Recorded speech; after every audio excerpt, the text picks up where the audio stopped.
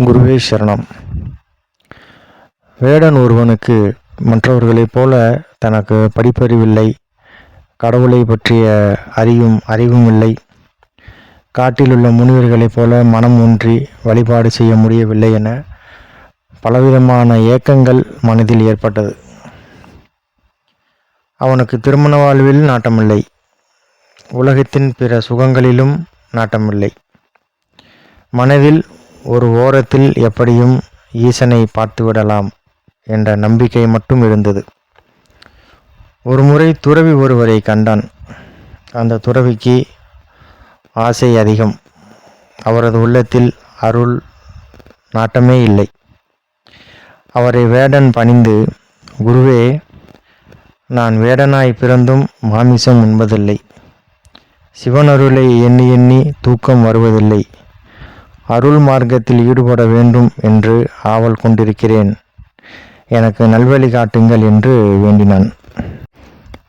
வேடனின் வேண்டுதலை கேட்ட துறவி, கல்வியறிவில்லாத உனக்கு உபதேசம் செய்து என்ன பலன்? காட்டில் கிடைக்கின்ற தேன், பலா, மாம்பழம், கனி வகைகளை கொண்டு வந்து எனக்கு கொடு, உனக்கு உபதேசம் செய்வதை பற்றி பார்க்கலாம் என்று சொன்னார். வேடன் குருநாதருக்கு வேண்டியவற்றை தட்சிணையாக கொண்டு வந்து மா, பலா, வாழை இது போன்ற பழங்களை மரத்தில் கொண்டு வந்து கொடுத்தான். குருவே, தாங்கள் கேட்டதை கொண்டு வந்துள்ளேன். பொருள்களை ஏற்றுக்கொண்டு நல்வழி காட்டி அருள் செய்யுங்கள் என்று வேண்டினான். ஏ வேடனே, சிவாய நம என்று தினமும் ஜபம் செய். உனக்கு விரைவில் சிவபெருமான் காட்சி தருவார். காட்டிற்கு திரும்பிய வேடன் மந்திர ஜபம் ஆரம்பித்தான். தூக்கத்திலும் அவன் சிவாய நம என்றே உளறுவான். தனக்கு உபதேசம் செய்த குருவின் மீது அலாதி நம்பிக்கை கொண்டிருந்தான் அந்த வேடன். ஒரு நாள் சிவன் அவனுக்கு அருள் ஆசியளிப்பது போல கனவு கண்டான்.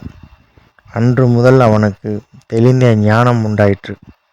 காண்பதெல்லாம் சிவகாட்சியாகவே தென்பட்டது. குருவை காணச் சென்றான். தனக்கு ஏற்பட்ட சிவ அனுபவத்தை குருவிடம் கூறினான்.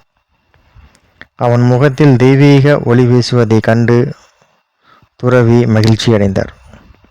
உண்மை ஞானம் உள்ளம் சார்ந்தது. நான் கூறிய வார்த்தையை கேட்டு ஞானம் அடைந்து விட்டாய்.